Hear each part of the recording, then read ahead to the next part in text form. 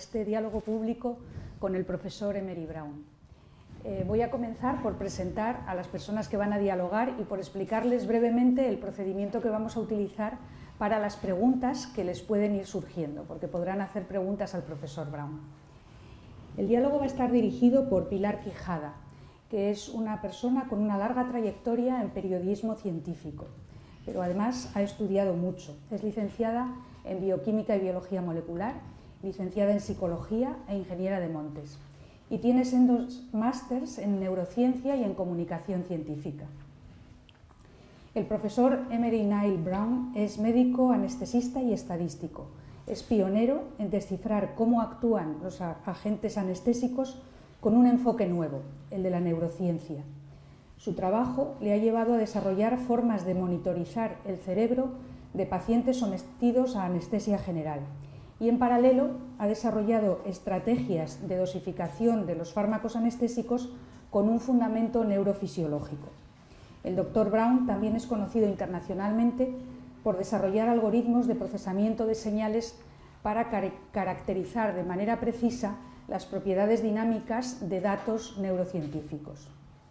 El profesor Brown es profesor Warren Sapol de Anestesia en la Facultad de Medicina de Harvard, anestesista en el Hospital General de Massachusetts y profesor Edward Hood Taplin de Ingeniería Médica y Neurociencia Computacional en el Instituto Tecnológico de Massachusetts. Su currículum académico es excepcional. Obtuvo un título de Matemáticas Aplicadas por el Harvard College y el doctorado en Estadística por la Universidad de Harvard.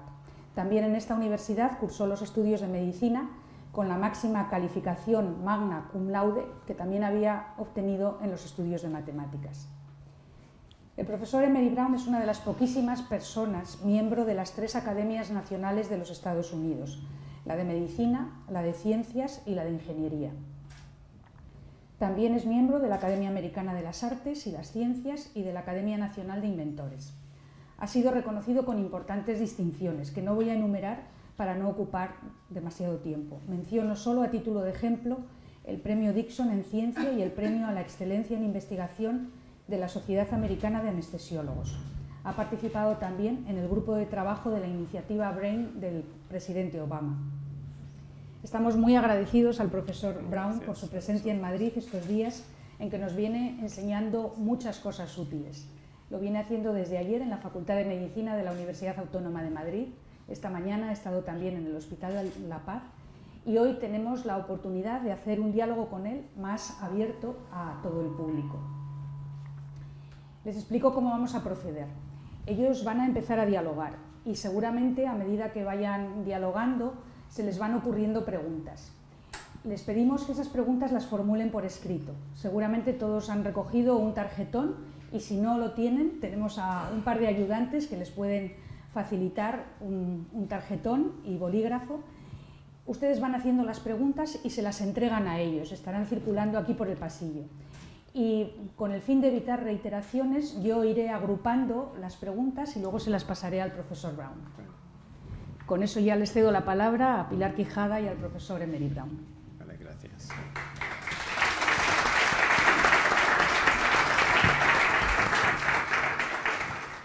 Profesor Brown, un placer estar aquí. Igualmente. Y seguro que las personas que han venido a vernos van a disfrutar de la conversación que vamos a tener, porque Vale, espero. va a ser muy interesante, ya les garantizo yo que va a ser muy interesante. Vale, no por lo que yo le pregunte, sino por lo que él responda. Me llama la atención su currículum, que es como muy multidisciplinar, digamos. Me gustaría saber cómo llega o por qué empieza, cómo llega la neurociencia, la medicina por medio. Cuéntenos un poco. Vale, la neurociencia vino, lo último. Yo sabía que quería hacer medicina cuando fui a la universidad. Yo tenía en ese momento un enfoque en los idiomas romances latinos. Entonces iba a estudiar español, francés, es lo que hice. Pero en el tercer año cambié a hacer matemáticas y no me gustaba el hecho de que normalmente los intelectuales americanos no hablan otros idiomas. Entonces yo necesitaba aprender un poco más de matemáticas porque quería hacer el doctorado en estadísticas. Entonces fui a Francia a estudiar matemáticas en Francia antes de volver a los Estados Unidos a hacer mi doctorado en estadísticas y mi doctorado en medicina. Entonces, yo tenía claro medicina y estadísticas, eso sí. Y en el tercer año de la Facultad de Medicina me di cuenta de que me gustaba mucho la anestesia, la farmacología, la fisiología, el contacto con los pacientes y entonces decidí es lo que yo quería hacer. Y realmente la neurociencia vino después porque después de estar en la Facultad de Medicina de Harvard durante 2 años, me di cuenta de que yo tenía que tener un enfoque más preciso para mis investigaciones. Yo llevaba un laboratorio donde hacía investigaciones, desarrollaba algoritmos para analizar datos. Y yo trabajaba en los ritmos circadianos, el reloj humano. Y yo me di cuenta que yo necesitaba un enfoque más preciso. Entonces había como 4 o 5 áreas en que el gobierno iba invirtiendo en ese momento. Yo elegí neurociencia. Y con la neurociencia, después de estar unos años desarrollando esos métodos, haciendo esas investigaciones, yo siempre iba a las conferencias y los neurocientíficos me preguntaban, me gustó la conferencia que diste, pero me han dicho que eres anestesista. Yo sí, ¿cómo funciona la anestesia? No tengo idea, es lo que les decía. Y, sabes, decirle a los neurocientíficos que estás haciendo algo, no tienes idea, después de darte cuenta de eso, me di cuenta de que yo podía usar lo que yo aprendía con ellos para estudiar la neurociencia, estudiar la anestesia. Entonces, así es como más o menos como empezó. Llevo, en realidad, solo menos de 12, 15 años trabajando en la anestesia, porque siempre, hasta entonces, es que yo... Y sigo haciéndolo, sigo trabajando, investigando como estadístico.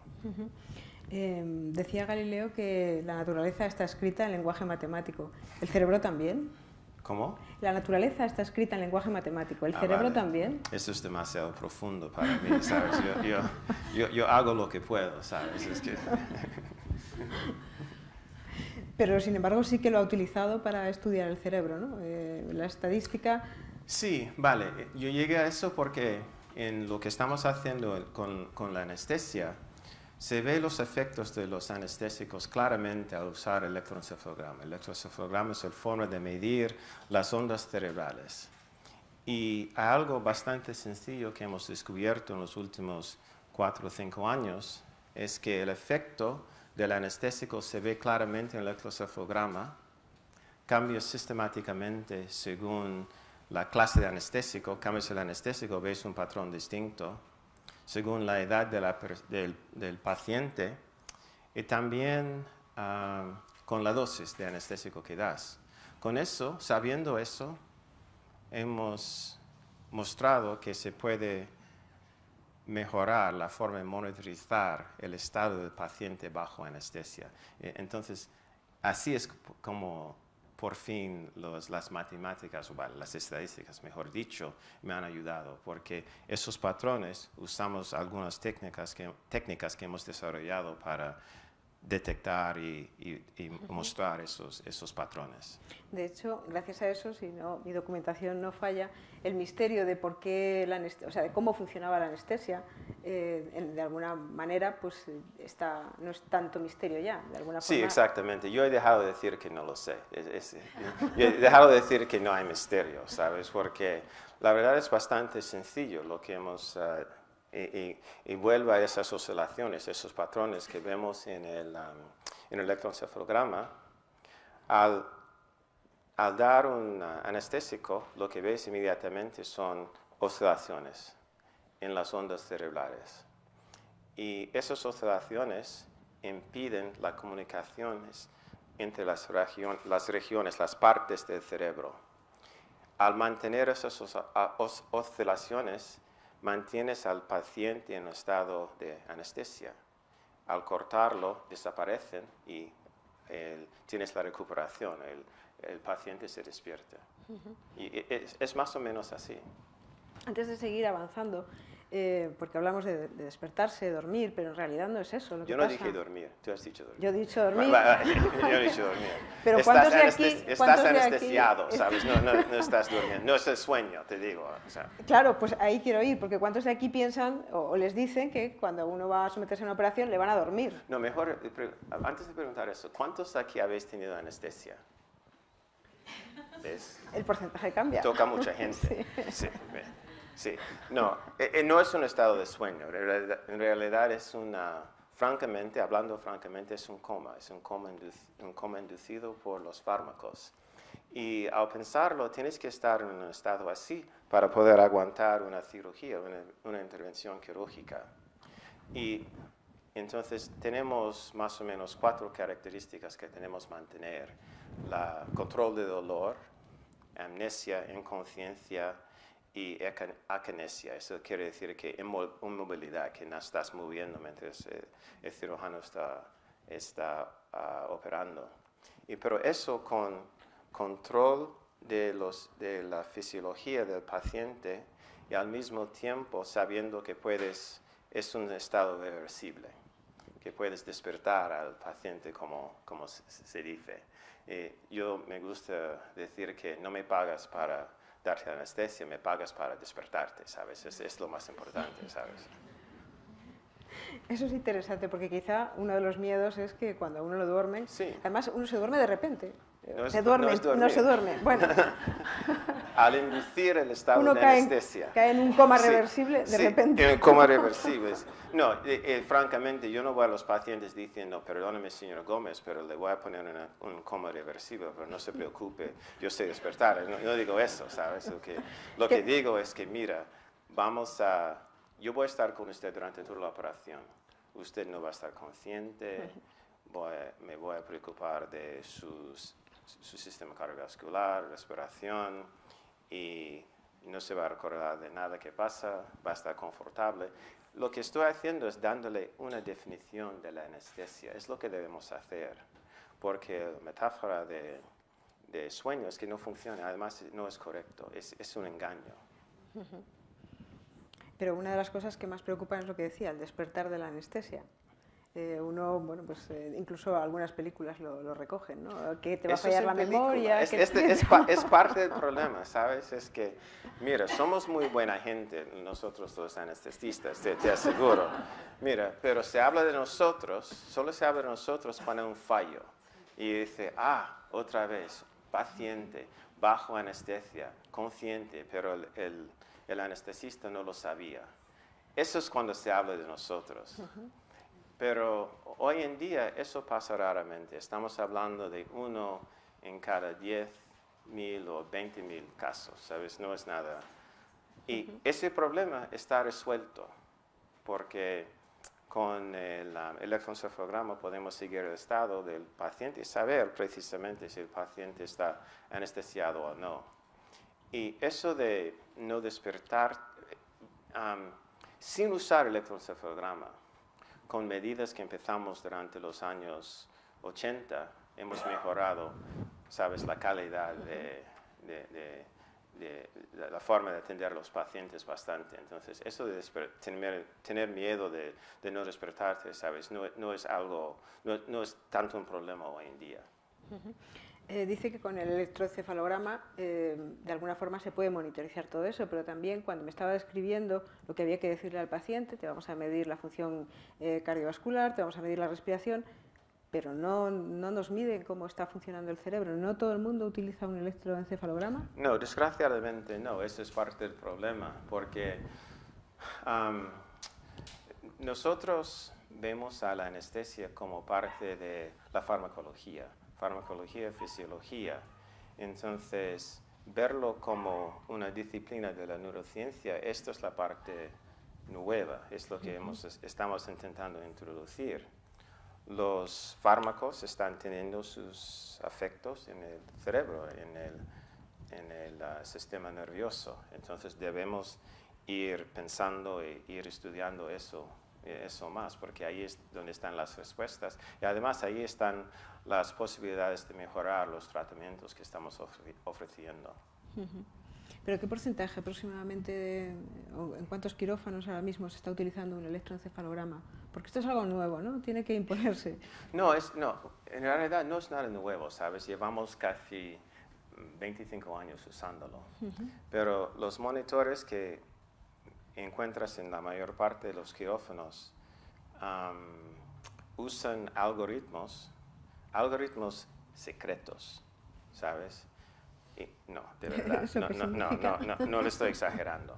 Por eso quiero decir que tienes el electroencefalograma, el algoritmo calcula un número y te dice, solo tienes que mantener el número entre esta cifra y esta cifra, y no te tienes que preocupar por nada, el paciente está bien anestesiado. Y no puede ser, porque empecé diciendo que hay por lo menos tres factores principales que tienes que considerar: la edad del paciente, categoría de anestesia y la dosis. Y llevamos más de 25 años usando este tipo de monitor, o algunos anestesistas, pero es que no te da suficiente información para realmente controlar el estado del paciente. Entonces, tienes a gente algunos que dicen, lo uso con cada caso, y otros que dicen, no me sirve porque lo puedo hacer perfectamente sin tocar el electroencefalograma. Y lo que hemos dicho nosotros es que hemos descubierto estos patrones, pero además de hablar del patrón, hablamos de la neurociencia que está detrás del patrón. Entonces, tener la idea de usar el patrón que ves en el electroencefalograma con un conocimiento de la neurociencia. Eso es la diferencia, no dándote solamente dos límites que tienes que respetar. Da igual el anestésico que uses. Porque realmente lo que ustedes ven en el electroencefalograma es mucho más que un número, ¿no? O mucho más que son los patrones del comportamiento del cerebro, la respuesta del cerebro según lo que el anestésico, la combinación del anestésico que has elegido. Yo sé que los periodistas y los científicos a veces no nos ponemos de acuerdo. Entonces, según esto, yo podría pensar... Hemos pasado bien esos días, tú y yo, sí, ¿sabes? Sí. Es que no está mal, ¿sabes? Sí, pero yo, si buscara un titular, hipotéticamente un titular, eso sí que hacéis. Yo le diría, ¿se anestesia a ciegas desde el punto de vista del cerebro? Sí, no te entendí. Si se anestesia a ciegas, si los pacientes les ponen anestesia a ciegas desde el punto de vista del cerebro. Como se monitoriza el cerebro, pero solo con un número que no da suficiente información, si al poner la anestesia se está haciendo un poco a ciegas desde el punto de vista del cerebro, que es donde actúa. Sí, por un lado, sabes, es que para decirlo correctamente, lo que te estoy describiendo es algo que hemos descubierto o hemos publicado hace 4 o 5 años. Entonces es bastante nuevo. Y usando el número se sabía que se podía controlar el nivel de anestesia mejor, pero sin nada, sin usar el electroencefalograma. Entonces, lo que estamos proponiendo nosotros es una forma de mejorar este sistema. Y como yo te decía antes, en mi hospital, a pesar de toda la enseñanza, el hecho de que tenemos los monitores, el electroencefalograma en todos los quirófanos, solo 20% de los anestesistas están usando el electroencefalograma. Y nosotros estamos allí, nos pueden preguntar cosas en cualquier momento. Y yo creo que la cifra no es muy, por lo menos en los Estados Unidos, la cifra no es muy distinta en otras partes del país. Y entonces hay una posibilidad ahí, una posibilidad enorme para mejorar la atención que damos a pacientes que necesitan cirugía. La anestesia no funciona igual en todas las edades. Por un lado los niños, las personas, los adolescentes jóvenes, o sea, los adultos jóvenes, los adultos mayores, sí. Personas ya que sobrepasan quizá los 70, 80 años. ¿Por qué no funciona igual? ¿Qué es lo que está ocurriendo ahí? Lo que está pasando es que tenemos el desarrollo del cerebro. Con los niños tenemos el desarrollo del cerebro. Tenemos con los mayores la degeneración y en esta lista de mayores yo me cuento a mí también, ¿sabes? Es que yo formo parte, pertenezco a este grupo ahora. Entramos ya en ese grupo. Vale. Y entonces, según el estado del cerebro, ves una respuesta distinta según la edad. Y en general, con los mayores necesitamos menos anestesia para conseguir el mismo estado. ¿Por qué? Porque tiene que ver con, tienes un sistema nervioso que ha estado allí durante 60 o 70 años. Entonces va degenerando, la estructura de las neuronas va degenerando. Entonces, los neuronas es un sistema, es una red para transmitir información usando electricidad. Entonces es como tener los cables que no tienen la misma calidad, ¿sabes? Que tenían antes. Entonces, para impedir, anestesia es impedir la transmisión de información, entonces necesitas menos en los mayores que en gente, comparado con la gente joven. Es por eso, más o menos. Lo que comentaba antes es que la anestesia lo que hace es que, de alguna forma, evita la comunicación entre distintas partes del cerebro, sí, y eso en un cerebro de personas mayores ya sería más fácil de hacer. Mucho más fácil. Porque ya de alguna forma la comunicación está fallando, podríamos decir, o no es tan eficiente. No fallando, pero el sistema puede funcionar bien, ¿sabes? En cuanto a lo diario, pero en cuanto a el requisito para poner a la paciente en un estado de anestesia, se puede hacerlo con mucho menos, una dosis inferior a lo que dirías una persona más joven. Ayer en la Facultad de Medicina ponía unas imágenes que eran muy interesantes, cómo el cerebro de dos personas con la misma edad podía parecerse más a un cerebro joven o a un cerebro más, con más edad.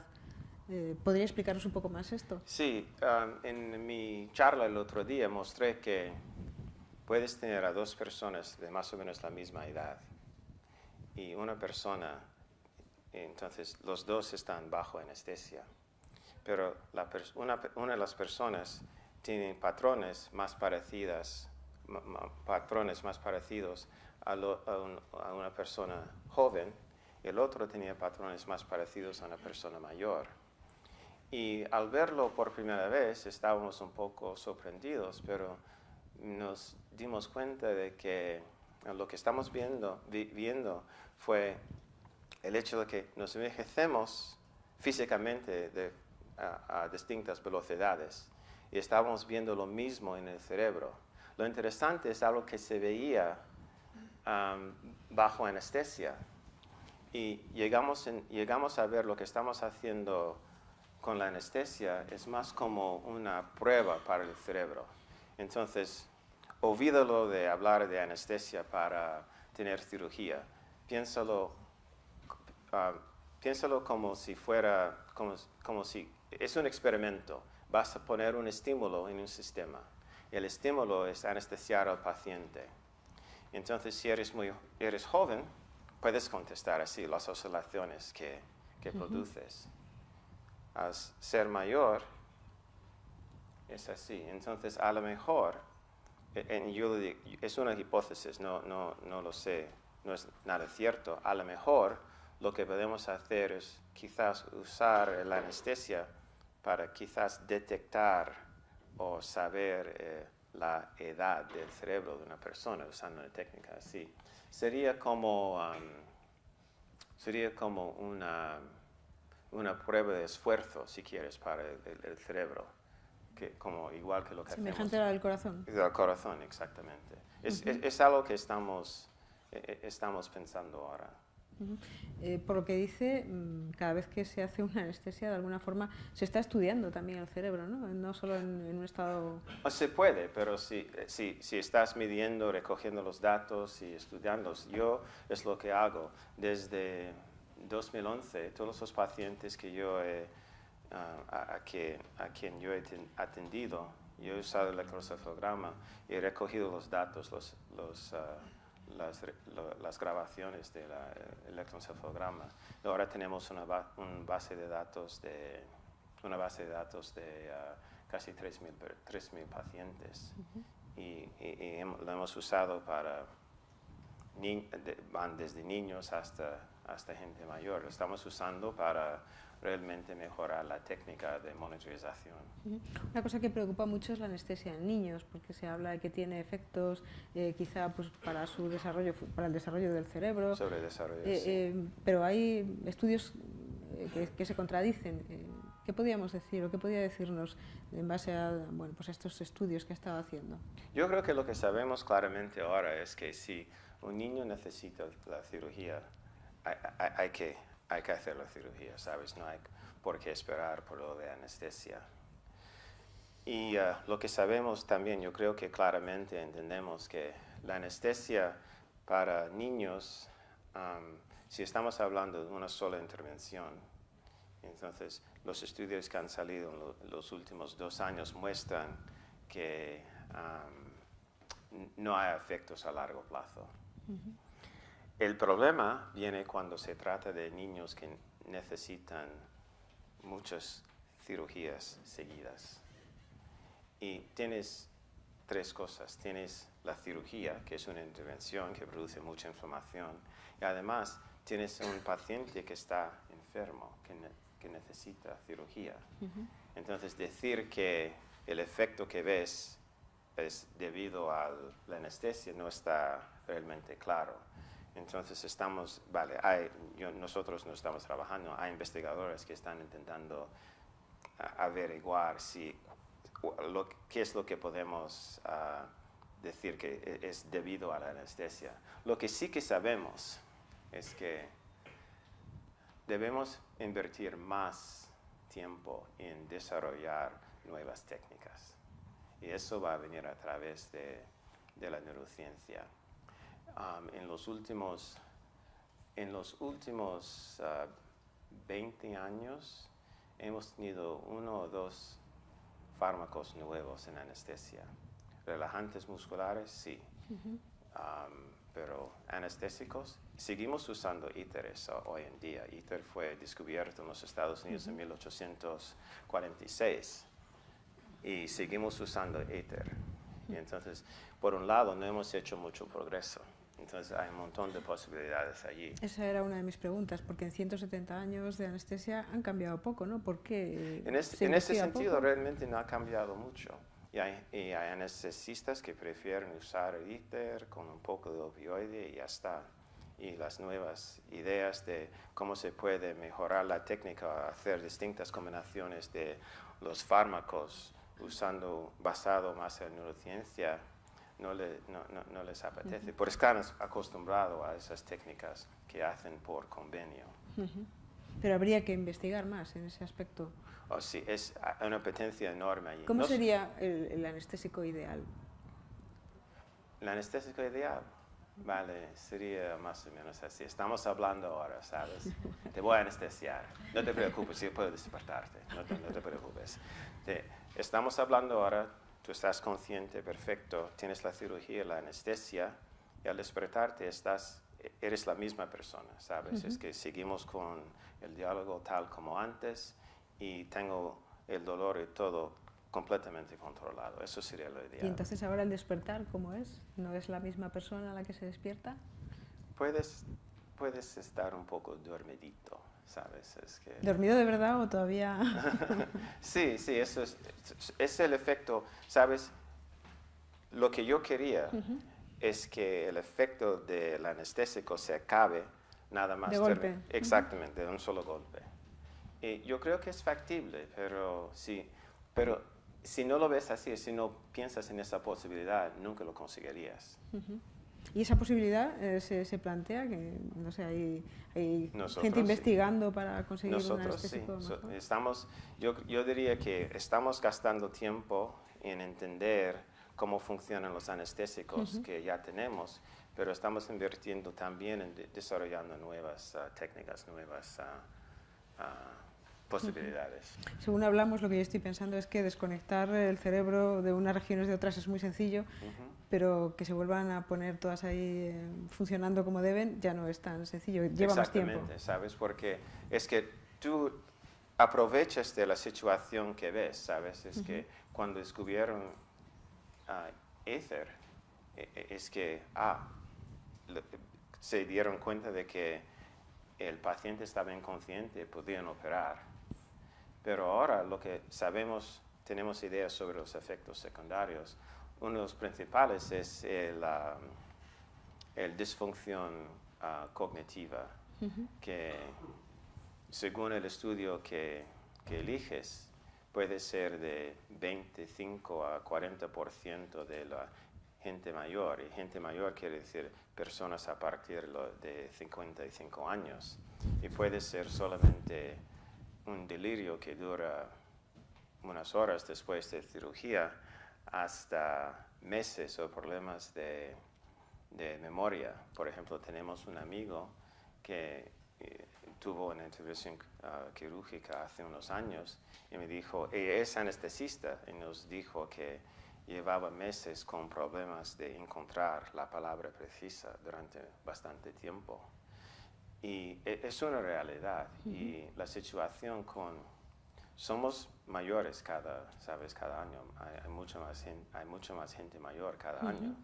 Entonces es algo, después de un cierto punto, entender cómo funcionan los anestésicos que ya tenemos no cuenta, porque ya está. Lo que tenemos que hacer es desarrollar nuevas técnicas. Decía que la anestesia es una prueba de esfuerzo para el cerebro y que a veces pues estas disfunciones empiezan a aparecer relativamente pronto, 50 años, 55. Y un poco atando cabos, yo pensaba, el Alzheimer se empieza a fraguar en el cerebro mucho antes de que se manifiesten los primeros síntomas. ¿Esto puede estar, de alguna forma, estos distorsiones cognitivas o estos problemas cognitivos puede estar manifestando un Alzheimer latente? Sí, es que hay una relación interesante entre esa forma de demencia, no necesariamente Alzheimer's o Alzheimer's y anestesia, porque hace como 10 años un neurólogo, un colega, él es la persona que me avisó que había un problema con la anestesia y la edad, porque me dijo que, hombre, yo he notado que muchos de los pacientes que veo por primera vez, los veo justamente después de tener cirugía. Y los familiares dicen que el tío no está tal como antes y lo que lo había notado. Y existe la posibilidad de que al tener anestesia ese da un empujón, ¿sabes?, hacia esos estados. Digamos que poner en marcha el cerebro otra vez ya no es tan fácil. Exactamente, eso es porque hay algo que está dañado, ya no tiene... Había algo ya, pero la anestesia ha dado un empujón, ¿sabes?, en la mala dirección. ¿Y habría posibilidad de encontrar algún marcador para estas personas o para saber qué personas son susceptibles a tener este tipo de problemas con la anestesia? Tal como tú dices, hoy en día no creo, ahora mismo no creo. Según lo que hemos hecho nosotros, no sería un marcador para esa situación. Lo que estamos haciendo en un estudio ahora en que vamos a seguir el electroencefalograma de todos los pacientes, un grupo de pacientes mayores, y vamos a hacer unos estudios unos estudios cognitivos, resonancias y además electroencefalograma.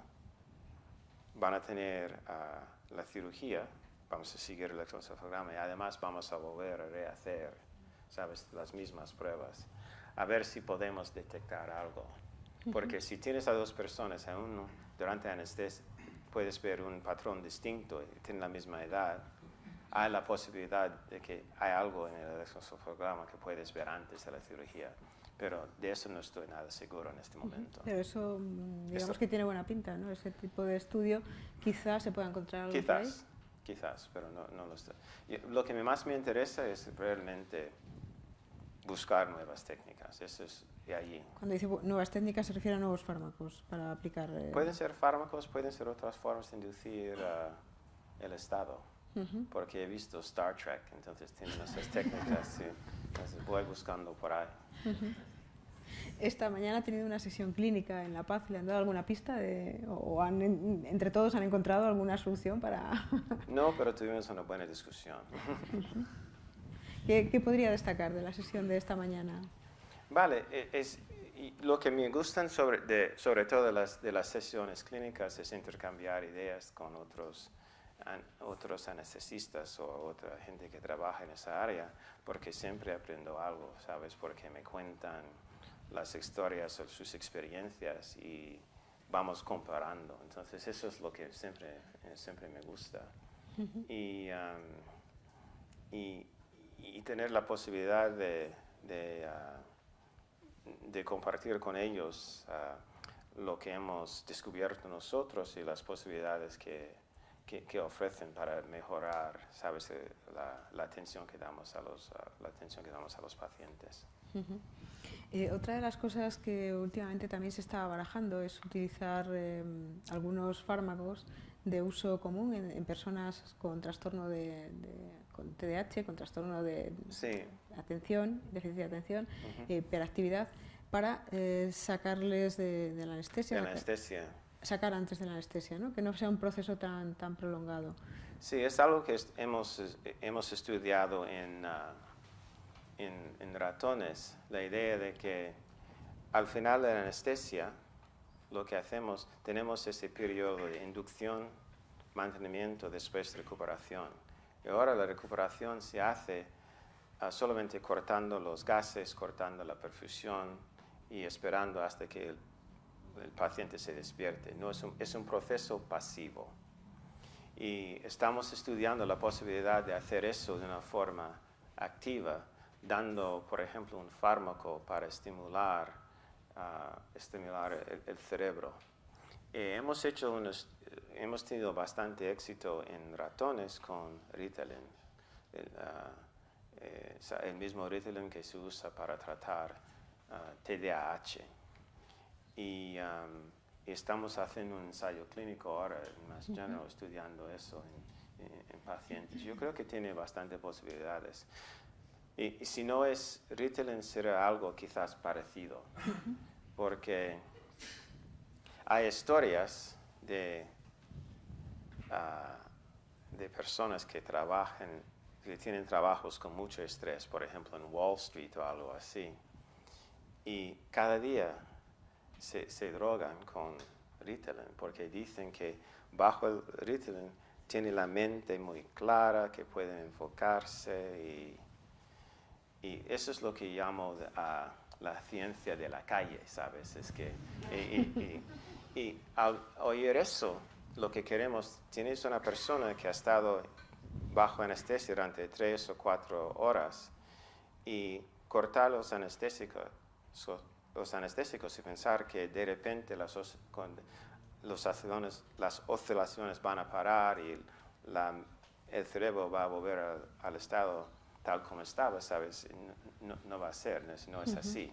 Entonces, a lo mejor lo que podemos hacer es usar esa experiencia de la calle en la clínica para tratar a los pacientes. Eso es lo que estamos estudiando. Y siguiendo con la neurociencia de la calle... La neurociencia de la calle. Hay neurociencia por todos lados, ¿sabes? Pues siguiendo con esa neurociencia, es verdad que todos pensamos pues, formas de alguna manera hackear el cerebro, tomar algo que nos haga más concentrados, más listos, más inteligentes.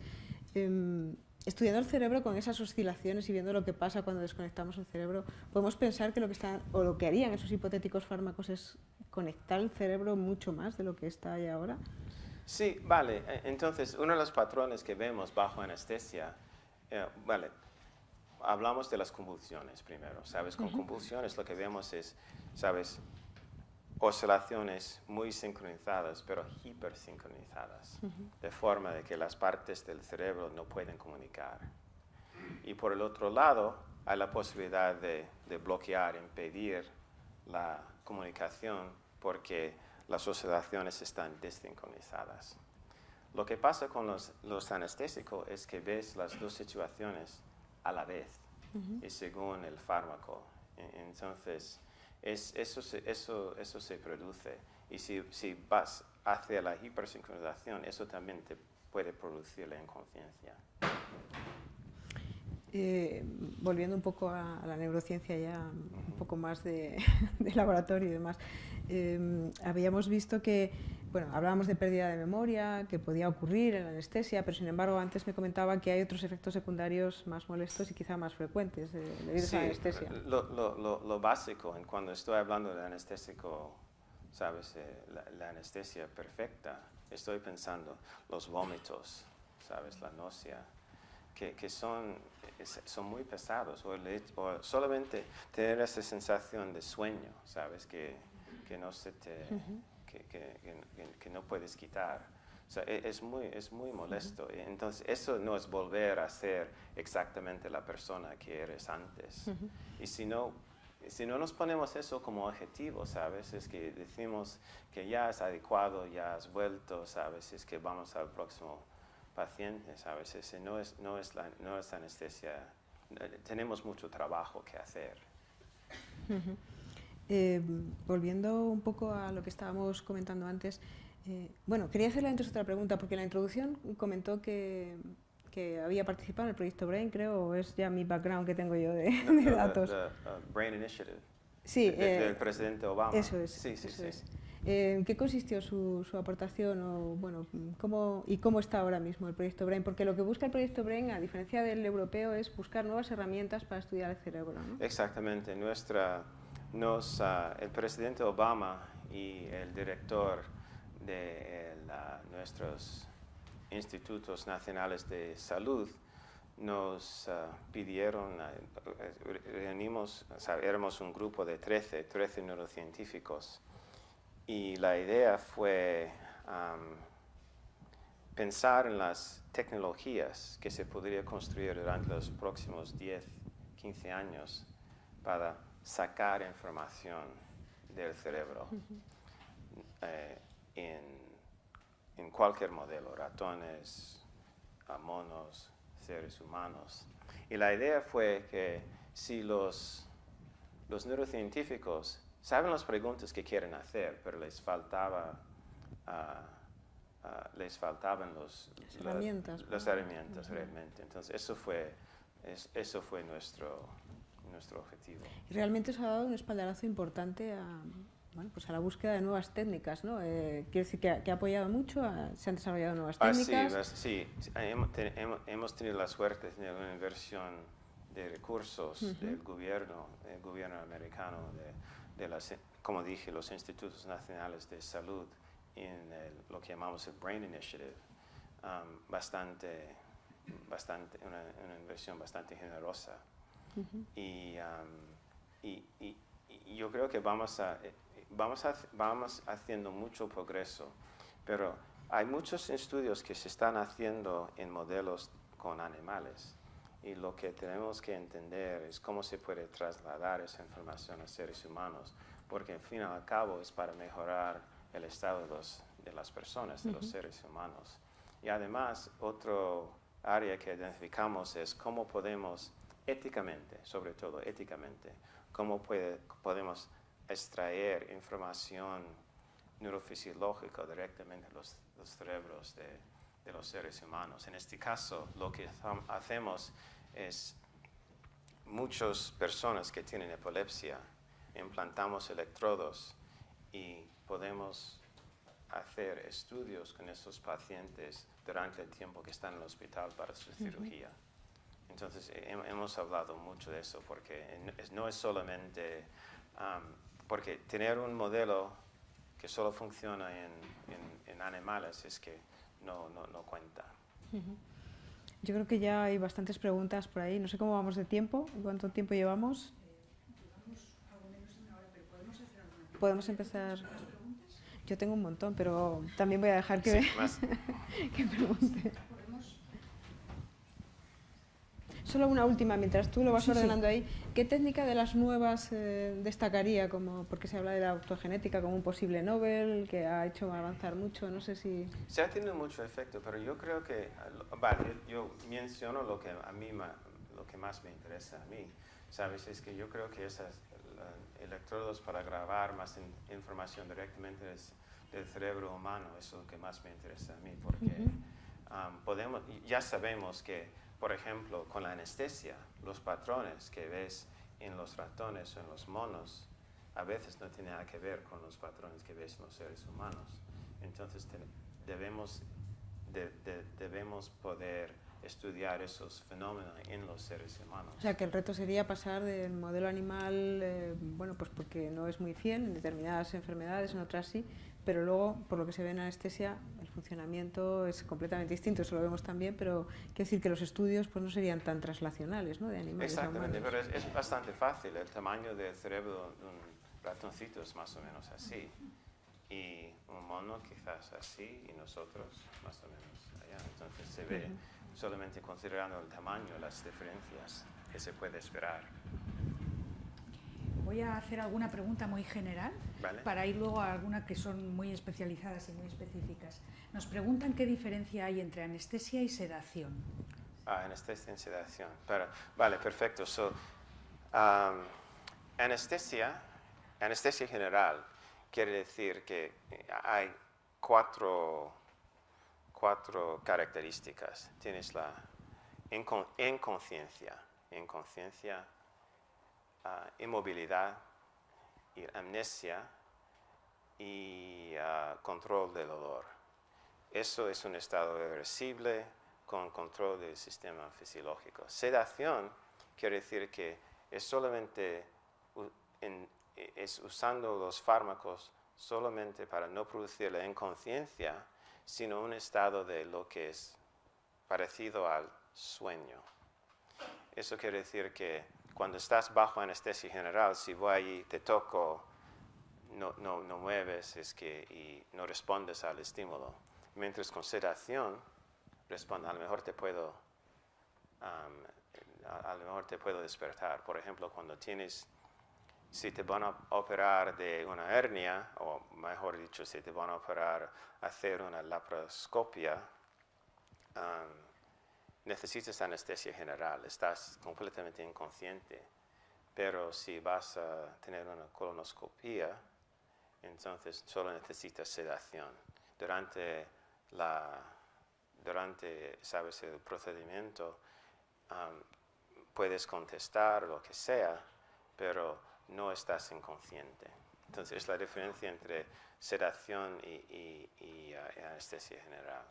¿Esa sedación puede producir también problemas cognitivos? ¿O no es tan frecuente? Puede, pero el problema es que normalmente no dura mucho tiempo. La siguiente pregunta está en relación con esos efectos secundarios. Alguna persona nos pregunta si el uso repetido de anestesia puede tener efectos secundarios por la repetición.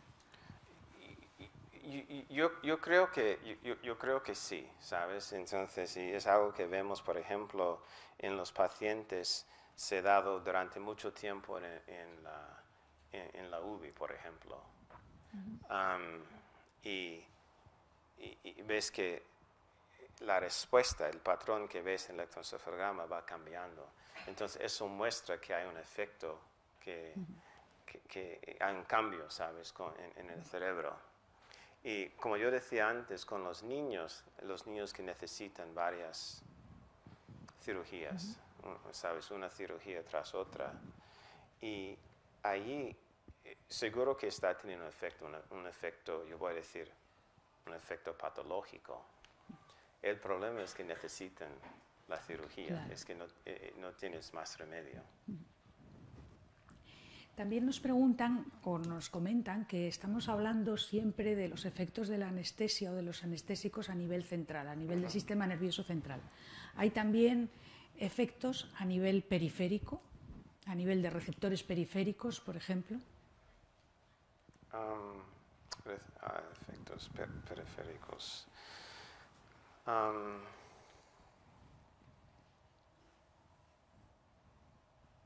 Vale, seguro que algunos, es que no hay nada, ¿sabes? No hay nada gordo que viene a la mente.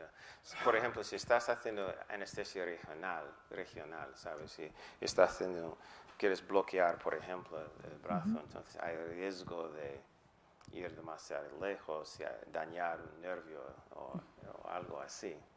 Pero no es como lo que ves, por ejemplo, ¿sabes? Con la anestesia general, no es como ves con diabetes. Tienes una neuropatía de las manos o los pies o algo así.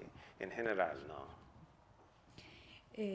Hemos hablado de ondas cerebrales y preguntan si algunos tipos de ondas de manera específica se ven afectados por la anestesia o en general cualquier onda cerebral. Es cualquier onda cerebral. Lo que pasa es que los anestésicos cogen control del cerebro. Es que yo tengo un vídeo que enseñé en la charla ayer y esta mañana mostrando eso. Tienes una persona así con las ondas normales y en 10, 15 segundos va de eso a oscilaciones así y después oscilaciones muy gordas y una mezcla de oscilaciones de alta frecuencia con oscilaciones oscilaciones lentas. Y eso es propofol, eso es ese anestésico. Y entonces eso está sucediendo por todo el cerebro. Y el anestésio o los anestésicos están controlando el estado del cerebro. Entonces es que normalmente lo que necesitamos son las oscilaciones en la banda que llamamos gamma, que va de 30 a 80 Hz, ¿no? Entonces, esas oscilaciones desaparecen totalmente y debajo de anestesia. Entonces, eso es otra indicación que el paciente no está consciente. Pilar, puedes seguir, si te parece, porque tengo otras preguntas, pero están un poco alejadas y quizá hay alguna pregunta más pertinente de anestesia. Sí, yo iba a preguntar justo una pregunta que, bueno, se me acaba de ocurrir, pero que es como, me parece a mí que es obligado a hacerla, porque estamos viendo un coma reversible. ¿Y qué diferencia hay en el electro de un coma reversible y de un coma irreversible? No, es una buena pregunta. Entonces, si ves los patrones, la diferencia realmente es reversible. Entonces, cuando lo inducimos, la mantenemos con los fármacos, es algo realmente que es reversible. Pero si tienes un coma porque has tenido una herida traumática al cerebro o por ejemplo, después de anoxia o hipoxia por todo el cerebro, isquemia, y tienes daños. Entonces, no sabes qué parte del cerebro está dañado. Entonces, el poder despertar al paciente de esa situación depende de lo que sobra, ¿sabes? Entonces, ¿cuál es la parte dañada? Por ejemplo, si tienes daño que realmente está cortando la comunicación entre el tronco cerebral y el resto del cerebro, no puede ser una situación reversible. Entonces, esta es la diferencia. ¿Puedo hacer una más? Sí. Hay muchos mitos sobre el coma reversible y sobre lo que están sintiendo los pacientes que están en esa situación, si oyen, si no oyen. No sé si eso desde la neurociencia se puede decir de una forma un poco, digamos, académica. Esto es fácil. Antes me preguntaron cuál es la diferencia entre sedación y anestesia general. En esos casos no han conseguido inconsciencia con un paciente bajo. O sea, que puede oír a los familiares. Esas cosas que dicen que parece que los pacientes, si alguno se recupera, porque se recupera mejor si oye a los familiares, ¿puede ser cierto? Si oye la voz. Vale, pero lo había entendido mal. Sí, cuando los pacientes vienen y me dicen, Emery, yo quiero, ¿me puedes leer eso mientras estás induciendo anestesia? Digo, sí, sin problema. Dicen que yo quiero, puedes leerme eso o decirme eso, o a veces quieren poner auriculares con una cinta con música que les gusta. Pero eso es en la inducción de la anestesia. Inducción a despertarse también. Yo me refería a los que están en coma, a los que no van a despertar porque es un coma prolongado, es un coma que no está inducido por la anestesia, es un coma por un traumatismo, por algo así. Sí, pero ahí el problema allí es que hay estados, hay gente que está en coma, vale, nos parece coma, pero están conscientes mientras están en coma. Publicaron un artículo hace como 15 años sobre este caso de una mujer que llevaba tiempo en coma, y los parientes, a los parientes le parecían que ella estaba consciente. Entonces esa mujer jugaba mucho al tenis. Entonces hicieron un estudio en que le dijeron, mira, si me puedes entender, quiero que pienses en haciendo el saque, ¿no? de tenis, ¿no? Y si no, quiero que pienses en andar por tu casa. Entonces lo que hicieron fue haciendo resonancias de gente normal, ¿sabes? En esas dos situaciones, ¿sabes? Haciendo el saque y andando por su casa. Entonces podían distinguir las dos imágenes. Entonces después de calibrar el sistema, se dieron cuenta de que podían comunicar con esta mujer. Porque estaba allí y si quieres decir sí, pensar en el saque. Y ves el patrón aparecer en el escáner. Y si es algo que no quieres, entonces dices no. Entonces quiero que pienses en andar por tu casa. Entonces, usando esa técnica han mostrado que ella estaba allí. Estaba consciente. Estaba consciente, pero entonces su sistema motor no lo podía controlar para poder comunicar con las manos, con los ojos o hablando, pero ella sí que estaba allí. Entonces, los neurólogos que se especializan en esa área ahora intentan tener eso en cuenta cuando dicen que la persona está en coma, porque pueden estar en coma, pero sin forma de poder comunicar contigo. O sea, que puede estar viviendo el día a día, pero encerrada en sí, su cuerpo. Eso. Tremendo. El coma ha despertado interés y ya hemos aprendido con lo que nos ha contado que hay distintos tipos de coma, muy diferentes, por lo tanto es arriesgado generalizar, pero tenemos una pregunta en la que nos preguntan si la música puede ayudar a despertar del coma. Hombre,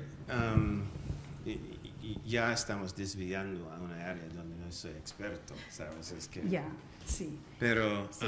Ahora vuelvo a la anestesia. No, vale. Entonces es una opinión ahora como la opinión de cualquiera, ¿sabes? Es que...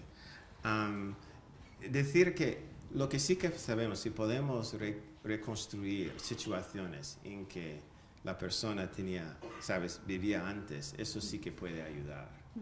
Porque, por ejemplo, se sabe que puedes estar en una sala con muchas personas y si alguien dice, Carmen, es que oyes eso, ¿sabes? Porque es un estímulo preciso para ti, ¿no? Igual que si yo estoy en una sala, si alguien dice Emery, eso es algo bueno notar. Entonces, si pueden ir creando esos estímulos personalizados, entonces hay la posibilidad de estimular el cerebro en ese sentido. Volviendo entonces a la anestesia, pero vale. Quizá a alternativas a la anestesia tradicional, nos preguntan cuál es su opinión sobre la hipnosis o una eventual anestesia basada en hipnosis. Es una buena idea porque nos puede ayudar, porque se sabe que eso puede reducir la cantidad de fármacos que aplicas. Yo lo he visto, es que lo he visto personalmente. Teníamos una anestesista que trabajaba en nuestro servicio de anestesia cardíaca. Y los pacientes que tenían esos desfibriladores implantados venían cada 6 meses para una evaluación. Tenían que verificar las conexiones y la pila y todo. Y necesitaban anestesia solamente por un tiempo breve, 20 minutos o lo que sea. Pero esta anestesista tiene una forma muy, ¿sabes? Usaba la hipnosis y te miraba en los ojos y decía, vale, me voy a encargar de ti hoy. Cuéntame una experiencia, ¿sabes? Agradable que ya has tenido. Y yo voy a repetir eso durante todo el tiempo que estás bajo anestesia. Y entonces ella te mira en los ojos, ¿sabes? Realmente hipnotizándote por un lado. Y dice, vale, yo estuve hace 20 años con mi esposa en Bermuda, lo pasamos fenomenal. Dice, vale, voy a ir repitiendo eso, ¿sabes? Durante el tiempo que voy induciendo la anestesia. Entonces ella induce la anestesia, es como, es entre anestesia general y sedación, sí, para decirlo así. Y 20 minutos después de terminar, el paciente dice, wow, eso fue fenomenal. Yo estaba otra vez en Bermuda, la playa, los olores, es que todas esas memorias, ¿sabes?, estaban allí. Y wow, es que yo me había recordado de cosas que se me había olvidado, ¿no? Y lo chistoso de eso es que los otros en el servicio no sabían que ella estaba haciendo eso. Y al volver, 6 meses después, el paciente dice, ¿dónde está esa anestesista? Es que yo quiero volver a Bermuda, ¿sabes? Quiero tener ese viaje otra vez, ¿sabes? Pero es que funciona, ¿sabes? Y ¿sabes? Porque podemos controlar las sensaciones. Y yo tengo un colega ahora en el hospital Beth Israel de Boston que está planeando un estudio con meditación. Entonces, dando a los pacientes ¿sabes? Un periodo de meditación que pueden aprender en el momento, que va a durar 12 minutos antes de la cirugía. Y la idea es ver que si podemos usar menos anestesia y además tener mejor control sobre el dolor después de la cirugía. Aquí en España estamos en un momento en que estamos, digamos, como muy alarmados con las pseudociencias y a veces la meditación, la hipnosis se considera que no es del todo científico. No, es que hay mucho ahí. Tenemos que admitir que tenemos una ignorancia bastante grande, porque hay cosas que no entendemos, pero que funcionan muy bien. De hecho, otro ejemplo, un colega mío me contaba la historia de una experiencia que tuvo su abuelo en la India, que era cirujano. Y había un yogi que tenía un tumor en el abdomen y le dijeron, le tenemos que operar. Y dijo, pues, vale, perfecto. Y le dijeron, mira, pero vamos a darle anestesia general. Y dice, no hace falta. Yo me pongo ¿cómo se dice? Trance. En trance. Gracias. Yo me pongo un trance y cuando estoy en el trance me podés operar y yo me saco del trance después. Es lo que hizo. ¿Realmente hizo eso? Sí, vale. ¿Cómo pudo salir después del trance? Quiero decir, ¿cómo? Es precisamente lo que digo, ¿sabes? Es que él tiene el control mental sobre su cuerpo a nivel que no nos podemos imaginar. Entonces, yo veo eso es interesante, porque hay posibilidades allí que no hemos tocado. Y eso sí que es verdad. Un par de preguntas ya muy farmacológicas. ¿Se puede utilizar la morfina como anestésico o como ayudante de la anestesia? Como anestésico solo no, porque eso es lo que en los Estados Unidos, de hecho en Mass General, descubrieron en 1969 que el uso de morfina podría mejorar la cirugía cardíaca, mejorar, ¿sabes?, el control de la anestesia de los, en cirugía cardíaca. Y fue un descubrimiento muy importante, pero intentaron usar solamente morfina como entonces no es un anestésico completo como los éteres. Entonces los pacientes estaban allí bajo anestesia con morfina solo y estaban conscientes. Y ahora sabemos que tenemos que añadir algo más. Lo usamos más para controlar el dolor. Entonces tienes que añadir algo para asegurar la inconsciencia. Claro. La siguiente es una pregunta muy técnica. Nos preguntan sobre la posibilidad de plantearnos usar más dexmedetomidina en el intraoperatorio. Buena idea. Buena idea. Hay algún experto por ahí. Muy bien, Pilar. Siguiente. Puedes hacer una última pregunta si quieres, o un par de últimas preguntas. ¿Tienes tú más ahí? No, no tengo más. ¿No hay más preguntas? Bueno, no sé, yo creo que realmente hemos hecho un repaso interesante. Quizá esta parte última, la del coma, la de la gente que puede potenciar su cerebro, sí. ¿Nos está diciendo algo? ¿Son una minoría? ¿Todos podríamos hacerlo? ¿Está al alcance de todos? ¿O con entrenamiento? Vale, pero ahora mismo no está al alcance de todos, ¿sabes? Es que hay algunas personas, pero hay algo ahí que podemos aprender. Entonces, además de gastar tiempo buscando nuevos fármacos, haciendo estudios detallados sobre los circuitos en el cerebro, hay la posibilidad de aprender también de las experiencias de esas personas, como este yogi. Y a lo mejor estudiar esas personas con el electroencefalograma para entender el estado de sus cerebros. Y eso es tener una perspectiva amplia sobre la neurociencia, porque para mí eso también es neurociencia. Una última pregunta, porque creo que ya nos pasamos de tiempo. Es una curiosidad. Estaba en España, antes dijo que quería aprender idiomas porque no era algo que hacían en Estados Unidos y elige el español. ¿Por qué? Vale, empecé con español. Empecé con español cuando tenía...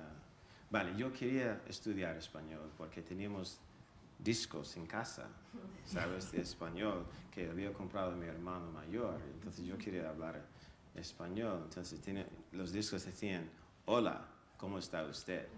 Muy bien, gracias. No, muy bien, gracias. ¿Y usted? Entonces empecé con la idea allí. Y me ha llevado bastante lejos porque me casé con una madrileña, así que funcionó. Funcionó. Sí. Pues muchísimas gracias. No, a vosotros. Gracias.